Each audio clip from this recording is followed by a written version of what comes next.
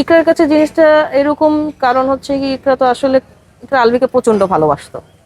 মানে ও প্রচন্ড অবসেস ছিল। ওর কাছে পৃথিবীর সবচেয়ে সুদর্শন ছেলে আলভি, ওর কাছে পৃথিবীর সবচেয়ে বেস্ট হাজব্যান্ড আলভি, ওর কাছে পৃথিবীর সবচেয়ে ভালো সিঙ্গার আলভি, আলভি গান গায়, ওর কাছে পৃথিবীর শ্রেষ্ঠ অ্যাক্টর আলভি, মানে ওর দুনিয়াটাই না আলভি। এখন ও তো আলভি ছাড়া আসলে কিছু চিনে না। ও ওর কাছে চাইতো সময়, এটা খুব স্বাভাবিক, এটা চাবেই। মানে আমি যদি একজন পার্টনারের প্রতি এত অবসেস থাকে, ওর অবসেশনটা ডিফারেন্ট। ওর কাছে হচ্ছে কি ওর হাজব্যান্ড ওকে নিয়ে ঘুরতে যাবে, ওর সাথে দুটো ভালো সময় কাটাবে, ওর সাথে একসাথে বসে ডিনার করবে, ওর আর ওর বাচ্চাকে টাইম দিবে। ওর কাছে এই জিনিসগুলোই মুখ্য ছিল। আমি তো প্রথমেই বললাম ওর কাছে সংসার বাচ্চা এইটাই মুখ্য ছিল। তো এটা যে কারণ আমি এটা বলবো না। ওর ডিপ্রেশনের এটা একটা মন খারাপের কারণ ছিল, কিন্তু এত বড় স্টেপ নেওয়ার কারণ তো শুধু এটা ছিল না। ওর কারণটা এটা ছিল যে যেই সময়টা যেমন হচ্ছে ওর অ্যানিভার্সারির সময়, ওদের অ্যানিভার্সারির সময় ওর হাজবেন্ড ওর সাথে ছিল না, শুটিংয়ে ছিল, শুটিং ওই মেয়েটা ছিল। আপনি একবার চিন্তা করেন তাহলে ওর খারাপ লাগবে না কেন? যে এত স্পেশাল একটা দিন আমার, আর শুটিং তো আসলে কোনো অফিস না আমার কাছে যেটা মনে হয়, যে আমি আমার অফিসে যেতেই হবে। তবুও তো আমরা অ্যানিভার্সারির দিন ছুটি নেই, যারা নিতে চায় আর কি, যাদের কাছে মনে হয় দিনটা স্পেশাল, সেই দিনই ও শুটিং ফেললো। সেই দিন যেই দিন ইকরার সাথে আলবির থাকার কথা, আলবি ওই মেয়ের সাথে শুটিং করতেছে, তো ওর খারাপ লাগাটা স্বাভাবিক। এগুলো ছোট ছোট জিনিস আপনাদের শুনলে এখন মনে হবে কি এগুলো তো হতেই পারে, নায়ক বিয়ে করেছে বা হচ্ছে গিয়ে স্বামী স্ত্রীর মধ্যে হয়, কিন্তু ছোট ছোট জিনিসগুলো আপনি চিন্তা করেন, 14 বছর ধরে ছোট ছোট ছোট ছোট জিনিস যদি হতে থাকে একটা মানুষের, তাহলে এটা তো আসলে কম্পাইল করে, তাই না? কম্পাইল করে জিনিসটা আসলে অনেক বড় বিল্ড আপ হয়ে যায়। ছোট ছোট জিনিসে আসলে আস্তে আস্তে আস্তে আস্তে, ও বলবো না ও একদিনে আসলে খুব শখ খেয়ে মরছে, ও তিলে তিলে সহ্য করতে না পেরে আসলে ওর দেয়ালে পিঠ থেকে গেছে। আচ্ছা, আমি প্রথমে একটু রিজিকের কথা বলি। ইকরার ছেলের নাম রিজিক। রিজিক আর আমার মেয়েটা হচ্ছে কি সমবয়সী, ওরা একসাথেই বড় হচ্ছে বলতে গেলে, হেসে খেলে। আমার বাসাও ডিওএইচএসে, তো আমরা একসাথেই ইকরার বাসায় কিংবা আমার বাসায় কিংবা আমরা পার্কে গিয়ে আমরা শপিং থেকে শুরু করে মোটামুটি আমরা সব বাচ্চা কাচ্চা নিয়ে আমরা সব একসাথেই করছি। ওরা দুইজন বড়ই হয়েছে একসাথে।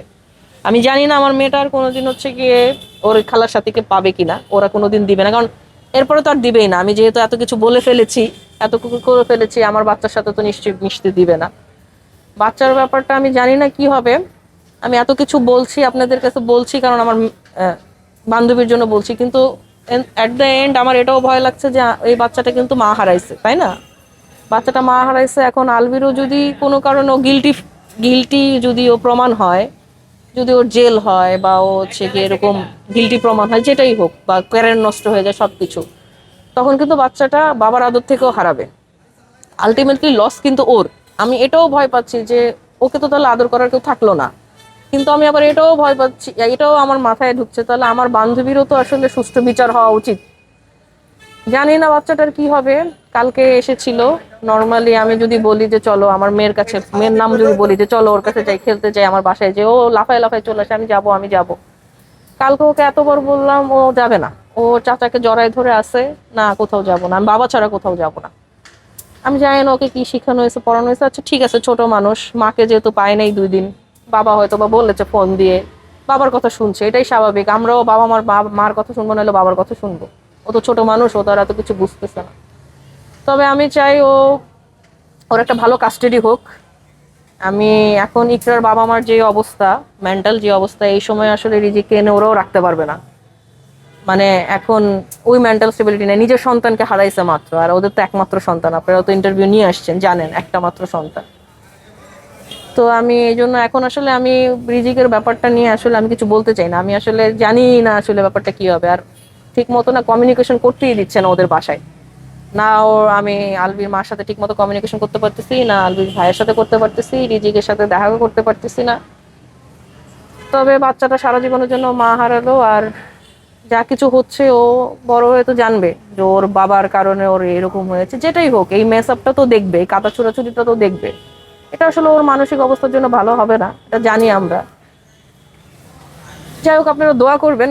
এছাড়া আসলে বাচ্চাটার জন্য কিছু বলার নাই। আঙ্কেল আন্টি হয়তো বা আস্তে আস্তে শোক কাটায় উঠতে পারবে, যেহেতু ওনাদের একটা সার্টেন বয়স হয়েছে। আস্তে আস্তে বুঝাবে, নিজেকে বুঝাতে পারবে। বাচ্চাটা আসলে যত বড় হবে তত জিজ্ঞেস করবে আমার মা কোথায়, আমার মা কোথায়, আমার মার কি হয়েছে। দেখি, আমি যাব, আমি চেষ্টা করব বাচ্চাটার সাথে দেখা করার, যদি ওরা দেখা করতে দেয়। জানি না, আপনি বললেন আজকে যে ওদের ওখানে মানব অধিকারের লোক গিয়েছে, রাইট? তো হয়তো বা বাসা টাসা চেঞ্জ করতে পারে, অনেক কিছুই হতে পারে। পাবো কিনা ছেলেটাকে আর কোনোদিন দেখতে আমি জানি না। তবে যদি সুষ্ঠু বিচার হয় আর আলভির যদি কোনো বিচার হয়, তাহলে কাস্টাডি, আমার মনে হয় যে কাস্টাডিটা ইকরার বাবা মার কাছে যাওয়া উচিত, যেহেতু ইকরার বাবা মা দুজনেই বেঁচে আছেন, নানা নানি বেঁচে আছেন, আলভির তো বাবা নেই। তো একজন দাদির কাছে কাস্টাডি না নিয়ে মনে হয় এটা সবচেয়ে ভালো হয় যে নানা নানির কাছে কাস্টাডি দেওয়া। এটা আসলে ডিসাইড করার আমি কেউ না, এটা ওরা পারিবারিকভাবে সিদ্ধান্ত নেবে।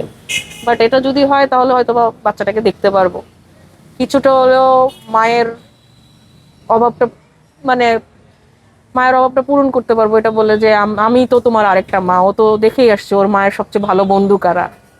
ও তো আমাদেরকে ও মা হিসেবে জানে, আমাকে আর আমার একটা বান্ধবী আছে, আমরা তিনজন বেস্ট ফ্রেন্ড। হয়তো বা কিছুটা হলো আমাদের কাছে আসলে ওর মায়ের স্মৃতি মনে পড়বে, ও মাকে একটু কম মিস করবে, আমরা ওকে মায়ের গল্প বলবো। জানি না কি হয়, তবে দোয়া করবেন বাচ্চাটার জন্য, সবাই একটু দোয়া করবেন।